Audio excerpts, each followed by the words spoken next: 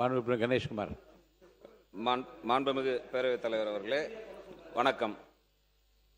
ஆங்கிலத்தில் பொதுவாக small is beautiful என்று சொல்வார்கள். அதற்கு ஏற்பால் போல்தான் நம்முடைய வரலாறு தொடர்ச்சியாக இருந்து கொண்டு இருக்கிறது. இன்னும் உதாரணத்துக்கு சொல்ல வேண்டும் என்று சொன்னால், சுதந்திரம் அடைந்த மெட்ராஸ் பிரசிடென்சியில் அன்றைக்கு மொத்தம் 12 மாவட்டங்கள் தான் இருந்தன. காலப்போக்கில் நிர்வாக வசதிக்காக இன்றைக்கு 38 மாவட்டங்களாக அவை பிரிக்கப்பட்டிருக்கின்றன. இன்னும் சொல்ல வேண்டும் என்று சொன்னால், இன்னைக்கு கூட பரப்பளவில் பெரிதாக இருக்கக்கூடிய திண்டுக்கல், திருவண்ணாமலை, ஈரோடு, சேலம் போன்ற மாவட்டங்களை எல்லாம் பிரித்து புதிய மாவட்டங்களை உருவாக்க வேண்டும் என்ற கோரிக்கைகள் இந்த அவையிலேயே பல்வேறு உறுப்பினர்களால் எழுப்பப்பட்டு வருகிறது. இன்னும் சொல்ல வேண்டும் என்று சொன்னால், உள்ளாட்சி துறையில் 10 ஆண்டுகளுக்கு ஒரு வரை தொகுதி மறுவரை செய்யப்பட்டு வருகிறது. அது மட்டும் இல்லாமல் நீங்கள் மாநகராட்சி என்று பார்த்தீர்கள் என்று சொன்னால், தமிழ்நாட்டில் ஒரே ஒரு மாநகராட்சி தான் முன்பு இருந்தது, சென்னை மாநகராட்சி மட்டும்தான். காலத்திற்கு ஏற்பால் போர் முதல் கட்டமாக கோயம்புத்தூரையும் மதுரையும் நகராட்சியாக இருந்ததை தரம் உயர்த்தி மாநகராட்சியாக மாற்றினார்கள். அதற்கு பிறகு திருச்சி, சேலம், நெல்லை என்று 6 மாநகராட்சிகளானது. படிப்படியாக இன்றைக்கு தமிழ்நாட்டில் 25 மாநகராட்சிகள் இருக்கிறது. அதிலும் குறிப்பாக சொல்ல வேண்டும் என்று சொன்னால், ஒரே மாவட்டத்தில் 2 மாநகராட்சிகள் எல்லாம் இருக்கிறது. தஞ்சாவூர், கும்பகோணம் என்றெல்லாம். இவையெல்லாம் கூட பார்த்தால் நிர்வாகத்திற்காக அவ்வாறு பிரிக்கப்பட்டு வருகிறது. அரசியல் கட்சிகள் என்று எடுத்துக்கொண்டால் கூட கடந்த காலங்களில் மிகப்பெரிய கட்சிகளாக சொல்லக்கூடிய திமுகவும் சரி, அண்ணா திமுகவும் சரி, தங்களுடைய கட்சி நிர்வாகத்திற்காக வருவாய் மாவட்டத்திற்கு 1 மாவட்ட செயலாளர்கள் வைத்திருந்தார்கள். அதற்கு பிறகு காலப்போக்கில் ஒரு வருவாய் மாவட்டத்திற்கு 2 மாவட்ட செயலாளர்களாக வைத்தார்கள். அதற்கு பிறகு கிழக்கு, மேற்கு, வடக்கு, தெற்கு, தென்கிழக்கிலிருந்து வடமேற்கு வரை இன்றைக்கு வந்துவிட்டது. மத்திய கூட வந்துருச்சு. அப்படி பார்க்கும் பொழுது இதை விட இன்னும் அதிகமாக சொல்ல வேண்டும் என்று சொன்னால், இன்னைக்கு தமிழ்நாட்டில் ஒரு தனிபெரும் கட்சி, சிங்கிள் லார்ஜஸ்ட் பார்ட்டியாக இருந்து கொண்டிருப்பது தமிழக வெற்றி கழகம். அப்படி தமிழக வெற்றி கழகத்தில் எடுத்துக்கொண்டால் கூட ஒரு தொகுதிக்கு ஒரு மாவட்ட செயலாளர் என்ற அடிப்படையில் வைத்துக் கொண்டு இருக்கக்கூடிய சூழ்நிலையில் இந்தியாவினுடைய மொத்த வாக்காளர்களுடைய எண்ணிக்கை 97,98,00,000 இன்றைக்கு இருப்பதோ 543 தொகுதிகள் தான்.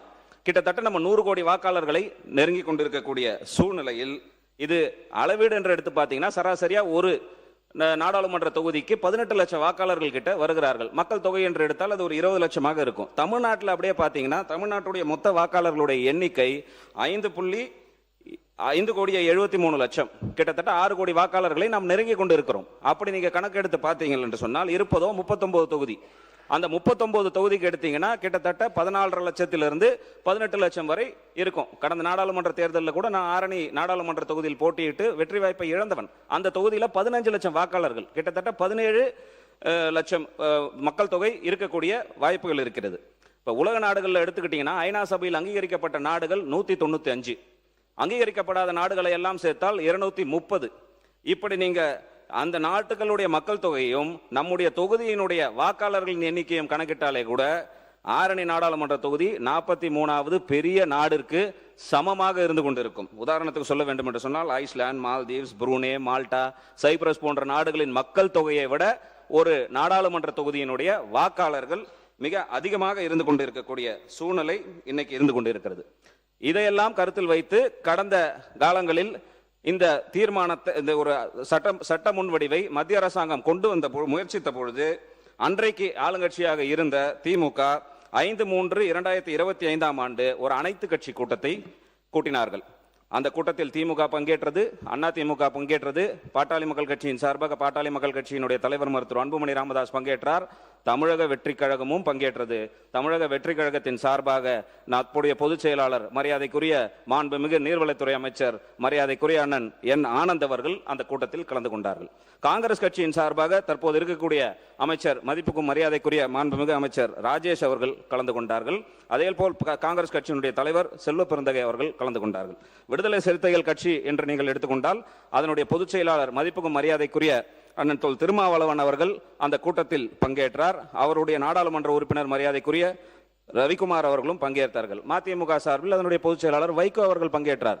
இந்திய கம்யூனிஸ்ட் கட்சியின் சார்பாக அப்போதைய அவர்களுடைய தலைவர் மரியாதைக்குரிய தோழர் முத்தரசன் அவர்கள் அப்பொழுது பங்கேற்றார்கள். மார்க்சிஸ்ட் கம்யூனிஸ்ட் கட்சியின் சார்பாக அதனுடைய தோழர் தலைவர் மரியாதைக்குரிய சண்முகம் அவர்கள் அன்றைக்கு பங்கேற்றார்கள். அது மட்டும் இல்லாமல் இந்த அவையில் இருக்கக்கூடிய சட்டமன்ற உறுப்பினர்களாக இருக்கக்கூடிய மரியாதைக்குரிய சட்டமன்ற உறுப்பினர் ஜவஹர் உல்லா அவர்களுக்கும் மரியாதைக்குரிய சட்டமன்ற உறுப்பினர் தமிமுன் அன்சாரி போன்ற அனைத்து கட்சி பிரதிநிதிகள் மட்டுமல்லாமல் இயக்கங்களின் பிரதிநிதிகளும் பங்கேற்று அந்த கூட்டத்தில் பாட்டாளி மக்கள் கட்சியினுடைய தலைவர் மருத்துவர் அன்புமணி ராமதாஸ் முன்வைத்த கோரிக்கை என்னவென்று சொன்னால், இங்கே தமிழ்நாட்டை பொறுத்தவரை 2026ஆம் ஆண்டு எடுக்கப்படுகின்ற மக்கள் தொகை கணக்கெடுப்பின் அடிப்படையில் இந்த தொகுதி வரையறை நடத்தப்படுமே ஆனால் பாட்டாளி மக்கள் கட்சி அதை கடுமையாக எதிர்க்கும் என்று அந்த நேரத்தில் பதிவு செய்த கையோடு, அதே நேரத்தில் இன்றைக்கு 543 தொகுதிகளில் தமிழ்நாட்டில் 39 தொகுதிகள் இருக்கின்றன.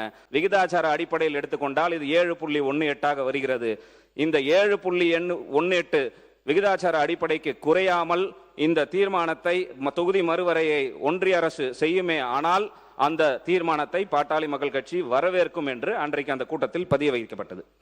இதையே ஒட்டி அனைத்து கட்சிகளும் ஒன்றாக இணைந்து அந்த கூட்டத்தில் நிறைவேற்றப்பட்ட தீர்மானத்தின் அம்சங்கள் என்னவென்று சொன்னால், நாடாளுமன்றத்தில் தற்போதைய உறுப்பினர்களின் எண்ணிக்கை உயர்த்தப்படும் பட்சத்தில் 1971ஆம் ஆண்டு மக்கள் தொகை அடிப்படையில் தற்பொழுது நாடாளுமன்றத்தில் இரு அவைகளிலும் மாநிலங்களிடையே எந்த விகிதத்தில் தொகுதிகளின் எண்ணிக்கை உள்ளனவோ அதே விகிதத்தில் தமிழ்நாடு உட்பட தென் மாநிலங்களின் தொகுதிகளின் எண்ணிக்கையை உயர்த்துவதற்கு தேவையான அரசியல் சட்டத்தை மேற்கொள்ள வேண்டும் என ஒன்றிய அரசை இந்த அனைத்து கட்சி கூட்டம் வலியுறுத்துகிறது. தொகுதி மறுசீரமைப்பின் காரணமாக நாடாளுமன்றத்தில் தமிழ்நாட்டின் தற்போதைய பிரதிநிதித்துவமான சதவீதம் 7.18 என்பதை எக்காரணம் கொண்டும் ஒன்றிய அரசு மாற்றம் செய்யக்கூடாது என்று இந்த கூட்டம் வலியுறுத்துகிறது என்று அந்த கூட்டத்தில் அனைத்து கட்சி இங்க வந்திருக்கக்கூடிய அனைத்து கட்சியினுடைய பிரதிநிதிகளுடன் அந்த தீர்மானம் அன்றைக்கு நிறைவேற்றப்பட்டது. இதற்கு பிறகு ஏப்ரல் மாதம் 26ஆம் தேதி இந்த பில் நாடாளுமன்றத்தில் வந்த பொழுது தற்போதைய மாண்புமிகு உள்துறை அமைச்சர் மதிப்புக்கும் மரியாதைக்குரிய ஐயா அமித்ஷா அவர்கள் நாடாளுமன்றத்திலேயே தெளிவாக குறிப்பிட்டிருக்கிறார். Tamil Nadu has 39 seats which is 7.18%. After passage of this bill the number of MPs will be 59 and their percentage in the new house of 816 will be 7.23%. Tamil Nadu will also suffer no loss என்பதை தெளிவாக தெரிவித்து அந்தந்த மாநிலங்களில் அந்த விகிதாச்சாரத்தின் அடிப்படையில் தொகுதிகளின் எண்ணிக்கை அடிப்படையில் 50% உயர்த்தி அந்த 50%ம் மகளிருக்கென்று வழங்கப்படும் என்று தெளிவாக நாடாளுமன்றத்திலேயே தெரிவித்திருக்கிறார். அது மட்டுமல்லாமல் அதே போல் பாரத பிரதமர் மரியாதைக்குரிய நரேந்திர மோடி அவர்கள் தேர்தல் நேரத்தில் அதுவும் குறிப்பாக ஏப்ரல் 5ஆம் தேதி 2026 கேரளத்தில் தேர்தல் பிரச்சாரத்துக்கு வந்த பொழுது இது குறித்த தெளிவான விளக்கத்தை தெரிவித்திருக்கிறார். Lok Sabha seats will not be reduced for southern states that have effectively controlled population growth. ஏனென்று சொன்னால் மக்கள் தொகை பெருகுவதை கட்டுப்படுத்தி இருக்கக்கூடிய தென் மாநிலங்களில் எந்த பாதிப்பும் வருவதற்கு ஒன்றிய அரசு விடுபடாது. The government will ensure that no state, whether it's Kerala, Tamil Nadu, Karnataka, Andhra Pradesh, Goa or Telangana faces reduction in Lok Sabha seat என்று பாரத பிரதமர் அவர்கள் தெளிவாக இந்த இடத்தில் அதை குறிப்பிட்டு சொல்லி இருக்கிறார். இவ்வாறெல்லாம் இருக்கும் பொழுது இன்னும் சொல்ல வேண்டும் என்று சொன்னால், அப்படி ஒரு தொகுதியின் அடிப்படையில் எண்ணிக்கை உயர்த்தப்பட்டால் 816 தொகுதிகள், அப்படி என்றால் கூடுதலாக 273 தொகுதிகள் நாடாளுமன்றத்தில் அதிகமாகிறது. நீங்க சொல்வது போல 33% என்று நம்ம எடுத்துக்கொண்டால் 176 தொகுதிகள் தான் பெண்களுக்கு ஒதுக்கப்படும். ஆனால் இன்றைக்கு மத்திய அரசு அமித்ஷா அவர்கள் மாண்புமிகு உள்துறை அமைச்சர் அமித்ஷா அவர்கள் சொல்லியிருப்பதை போல நடைமுறைப்படுத்தினால் 273 தொகுதிகள் பெண்களுக்கு வழங்கப்படுவதற்கான வாய்ப்பு என்று இருந்து கொண்டிருக்கிறது. இன்னும் அதிக ஒருபடி சொல்லணும்னு சொன்னா, தமிழ்நாட்டில் 1962 41 எம்பிகள் இருந்தாங்க. அதற்கு பிறகு 72 தான் 39 குறைக்கப்பட்டது. இதெல்லாம் கடந்த கால வரலாறு. இன்னும் நீங்க தமிழ்நாட்டுக்கு எடுத்துக்கொண்டீர்கள் என்று சொன்னால், தற்போது இருக்கக்கூடிய 39 எம்பிகளை வைத்து நீங்கள் 33% என்று கணக்கீடு செய்தீர்கள் என்று சொன்னால், இன்றைக்கு 13 எம்பிகள் தான் அதிகமாக வருவார்கள், பெண்களாக இருப்பார்கள். ஆனால் இந்த சட்டம் அவர்கள் சொல்வது போல பெண்களுக்கு அந்த 50% உயர்த்தினால் 20 நாடாளுமன்ற உறுப்பினர்கள் தமிழ்நாட்டிலிருந்து மகளிர் நாடாளுமன்ற உறுப்பினர்கள் நாடாளுமன்றத்தை அலங்கரிப்பார்கள். இன்றைக்கு வெறும் 5 பெண் நாடாளுமன்ற உறுப்பினர்கள் தான் அந்த அவையை அலங்கரித்துக் கொண்டிருக்கிறார்கள். அது மட்டுமல்ல, நம்முடைய சட்டமன்றம் எடுத்துக்கொண்டால் கூட மாண்புமிகு முதலமைச்சர் அவர்கள் சொன்னது போல 234 தொகுதி இப்ப இருக்கின்ற வகையிலேயே நீங்கள் 33% மசோதாவை நிறைவேற்றினீர்கள் என்று சொன்னால் கூடுதலாக இன்றைக்கு உறுப்பினர் சுருக்கமா முடிச்சிருக்கேன். இன்னைக்கு 33% சொன்னீங்கன்னா 77 பெண் சட்டமன்ற உறுப்பினர்கள் தான் இந்த அவைக்கு கிடைப்பார்கள். ஆனால் நீங்கள் கூடுதலாக தொகுதியை வளர்த்து அதன் கூட நீங்க எடுத்து வச்சு பார்த்தீங்கள் என்று சொன்னால் நமக்கு கூடுதலாக 117 பெண் சட்டமன்ற உறுப்பினர்கள், மகளிர் சட்டமன்ற உறுப்பினர்கள் நமக்கு கிடைப்பார்கள். இன்றைக்கு இந்த அவையை எடுத்துக்கொண்டால் எங்களுடைய சட்டமன்ற கட்சி தலைவர் முனைவர் சௌமியா அன்பணி அவர்கள் உட்பட தமிழக வெற்றி கழகத்தினுடைய மாண்புமிகு அமைச்சர்கள் 4 பெண் உறுப்பினர்கள் உட்பட முதலமைச்சர் சொல்வது போல் 23 பெண் உறுப்பினர்கள் தான் இன்றைக்கு இருக்கிறார்கள். அப்படி இவ்வாறெல்லாம் இருக்கும் பொழுது மகளிருடைய உரிமையும் அதிகாரம் பெறுவதற்கும் எதிராக நாம் எல்லாம் இருக்க போகிறோமா? ஒருபொழுதும் பாட்டாளி மக்கள் கட்சி அப்படி இந்த வேலையை செய்யாது. ஒருபொழுதும் பாட்டாளி மக்கள் கட்சி இப்படி செய்யாது. மேலும் சொல்ல வேண்டும் என்று சொன்னால், எனக்கு முன்னால் சொன்னது போல இது குறித்த எந்த சட்ட முன்வடிவோ அதிகாரப்பூர்வ அறிவிப்போ இதுவரை வெளிவரப்படவில்லை. எந்த நாடாளுமன்ற உறுப்பினருக்கும் கொடுக்கல. நேத்திய இந்த சட்டமன்ற நிகழ்வுல கூட மாண்புமிகு வேப்பநாளி சட்டமன்ற உறுப்பினர் ஒசூர் விமான நிலையம் குறித்து கேட்டபோது மாண்புமிகு தொழில்துறை அமைச்சர் அவர்கள் தெளிவா சொன்னாங்க, ஆதாரம் இருந்தா கொடுங்க, ஆதாரத்தை வைத்து பேசுவோம், வாய்வழி செய்தி எல்லாம் வைத்து பேசுவது முறையாக இருக்காது என்று மாண்புமிகு தொழில்துறை அமைச்சர் இதே அவையில் பதில் சொன்னார். ஆனால் இன்னைக்கு செவி வழி செய்தியை வைத்து ஒரு தீர்மானத்தை நாம் இங்கே கொண்டு வந்திருக்கிறோம் என்பதை நாம் கருத்தில் கொள்ள வேண்டும். இவ்வளவு பெரிய தொகுதியை ஒரு நாடாளுமன்ற உறுப்பினராக நிர்வகிப்பது வாய்ப்பே கிடையாது.